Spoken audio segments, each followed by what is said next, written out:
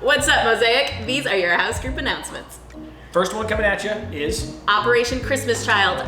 If you've been around for a while, you know that we've done this before. It's a great chance to do something with your family or as a small group. You get to get a box, pack it with some gifts for kids around the world, and in each of those boxes, there's also a gospel message that goes out to them. So it's a great chance to bless some kids around the world.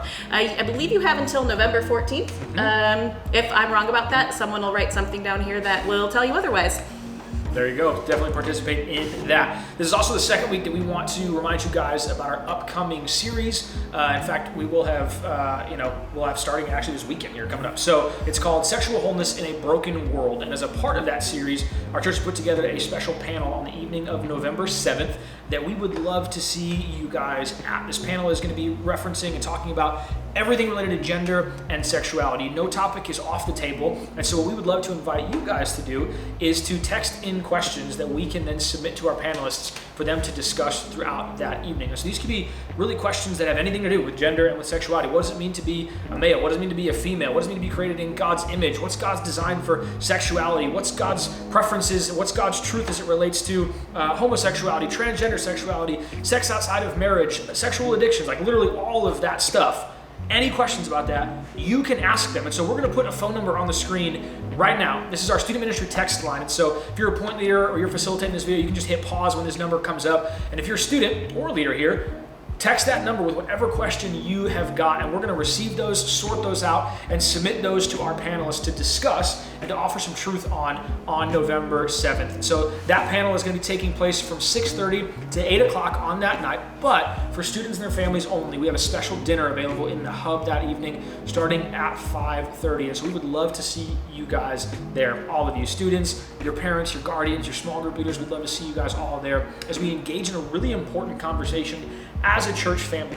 One of the things that I'll say just to kind of clarify all of this is not the beginning or the end of this conversation. We hope that this is really a continuation of conversations that we should be having regularly as Christ followers. What is God's truth about this, and how do I receive that, and then how do I live that out in a way that honors Jesus, honors God's design really for my life? And so again, we would invite you guys to participate in that by submitting a question and also by showing up to the panel. If you got any questions about that, feel free to ask the student pastor at your campus for more details. With that, we hope you guys have an awesome night together. We love you. We'll see you next week.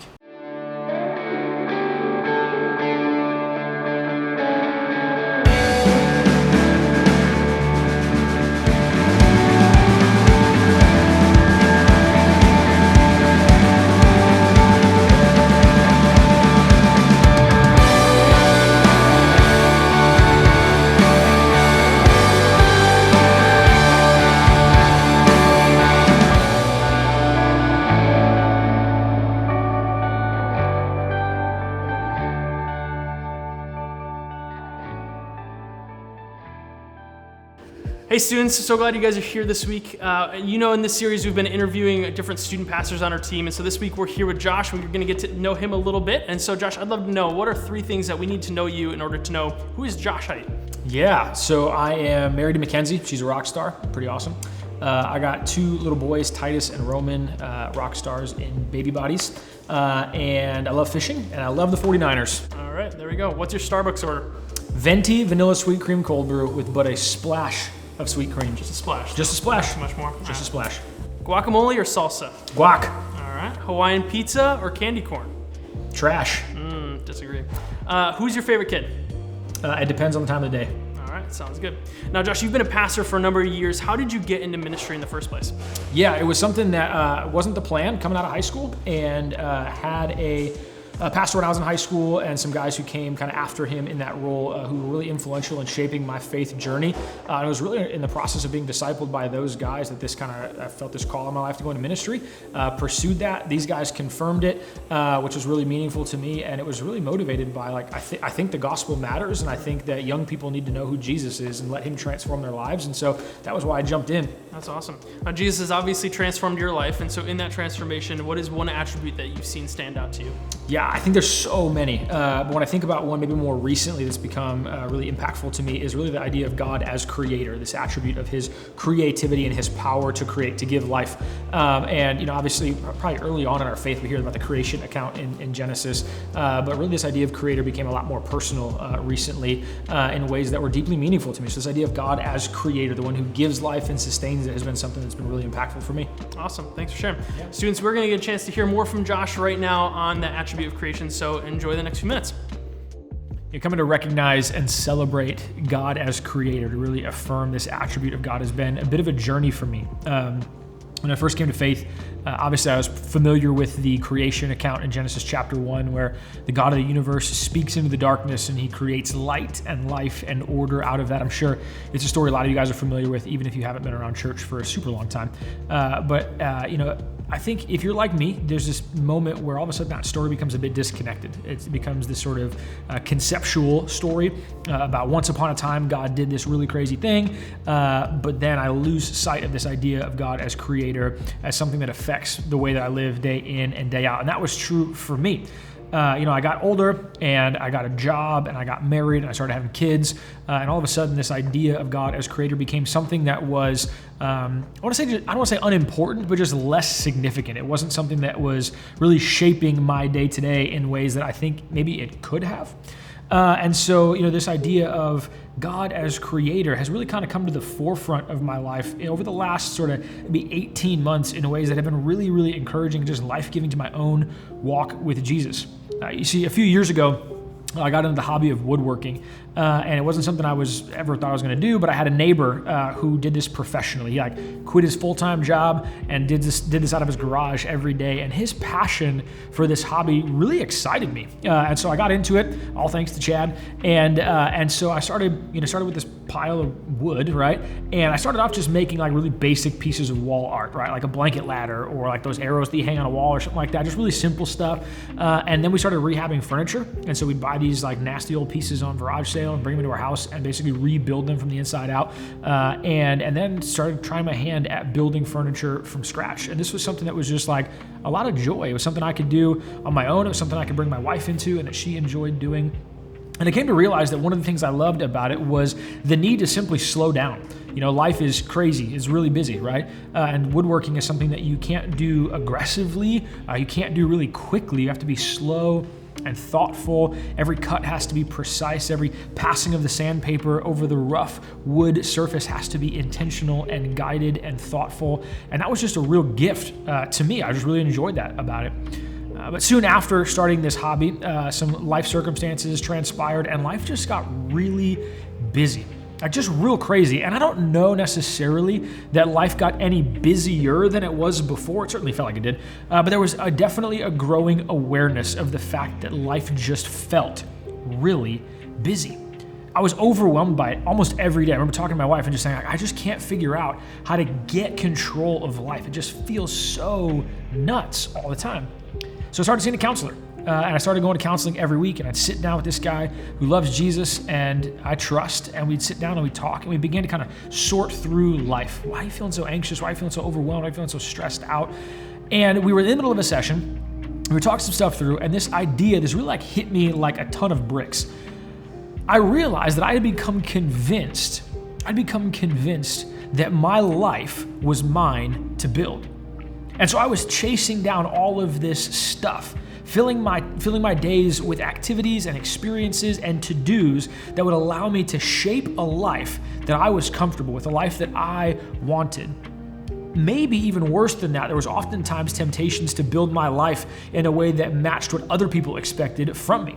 And so I started putting my time and my effort and my energy into really controlling the narrative of my life, trying to build this life for me, for my family, and to please a lot of the people that were around me. And this became a task that was ridiculously overwhelming. I don't know if that's something you resonate with or not. But I remember being struck by a passage in the Psalms. The Psalms are just a really amazing place to go to when you want to see sort of authentic worship on display. We get to see King David and others express their feelings, their thoughts toward God. And so I came across this passage in Psalm 100, verse 3. It says this: "Know that the Lord is God. It is He who made us, and we are his. We are his people and the sheep of his pasture. It is God who made me, and I am his. In the midst of feeling overwhelmed, trying to create my own life, God offers this truth that cuts through it all when he says, "You're mine." And that was something that ministered to me in that moment, has been something that has really changed the way that I see God since that moment, really since that time where it redefined this idea of God as creator. You see, the God who formed the heavens and the earth did that. He spoke light into existence. He spoke every creature into existence that we read about in Genesis chapter 1, but God also created me. Which again, this should be like, of course God created you, created everything, right? But I had allowed this to be something that became kind of disconnected, impersonal. I never really considered what it meant that God created me. You know, when I build something in the workshop, I take a pile of wood, a pile of lumber, right, that is somewhat purposeless, and we take it and we cut it down and we trim it and we sand it and we piece it together. And we do so with purpose and thoughtfulness and intentionality and care. God has done the same thing in forming me, in forming you, but with an infinitely greater precision and care and purpose because he's God. And that was a truth that struck me as I was reading through this psalm, and something that, again, kind of changed the way that I interact with and experience God. Because, you know, it reminded me of this too. My next project is really probably gonna be building a mantle for our fireplace at home. We don't have one right now. And so I'm going to take this pile of wood and I'm going to build myself a mantle, and we're going to hang it on the wall. And guess what? The mantle's not going to have to try to be a mantle. It's not going to have to work really hard to stay up on the wall. It's not going to have to strive to hold our stockings in the Christmas time or to hold our family photos throughout the rest of the year. I will have created it with a purpose and given it what it needs to fulfill that purpose. It doesn't have to recreate or redefine itself. It simply has to be what I've made it to be. And the same thing is true for us as humans. God has created us with purpose, with precision, and with care. And that was something that I was fighting against, trying to rebuild life, trying to build my own life according to my design and my creative desires. And instead of saying, God, I just want to be who you have me to be. You're creator, and I'm not. I'm creation, which means in and of myself, I don't have the capacity to create life for me, but also as creation, I have the responsibility to create my life. I have the responsibility to look to God as creator who formed me and fashioned me and say, God, who is it you want me to be? Who is it you want me to be? I'm going to trust that you have done the work, that you will continue to do the work with your thoughtfulness, with your care, with your precision. And so I get to wake up every day and say, God, give me today what I need to be the person you want me to be. Give me the ability to fight the temptation to be creator, but instead to see you, the God who formed the heavens, who formed the earth, who formed me, as the one who guides my life, gives life, cares for my life. I don't have to be creator because God, you are. So guys, we just listened to Josh talk about God as creator and how that's impacted his faith throughout his life. I'm curious how you guys have seen that attribute play out in your own walks with Jesus. Yeah, I think whenever you are, at least for me, when I think about the world, the way it's created, from the rays of the sun, given seasons to our life, when I think about it in those terms, it always leads me back to God the Creator. To the smile of a baby, through some of our beloved pets, right? You see that there is an actual person behind creating all of the things that we appreciate, both in nature and in the people that we see and engage with every day. So, yeah. Yeah, and when I think about that, I think about the fact that if God is the one who created all things, then it means he is the one who sustains all things. And so instead of getting frustrated with my limitations and with my own needs, I can let those things point me to the fact that it is he who I need to rely on, and I don't need to, kind of like Josh said, struggle to try to build my own life or to build my own sustenance, because that's not what I was created to do. That's really good.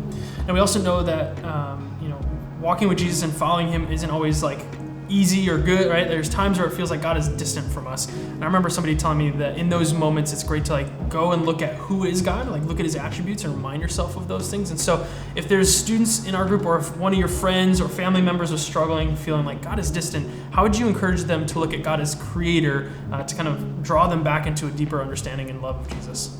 Sure. I mean, I'm reminded of the passage where God is speaking to the nation of Israel, and he asked a prophet to go down to the potter's house, right? And he is building a jar of clay, and kind of showing that example of that molding that happens, the selection of the clay and then molding it into a place. And so, God is always at work in our lives as we continue to surrender our lives to him and be mindful of letting those things over to him. He is creating, molding us, and at times kind of reshaping us in the way that he sees fit.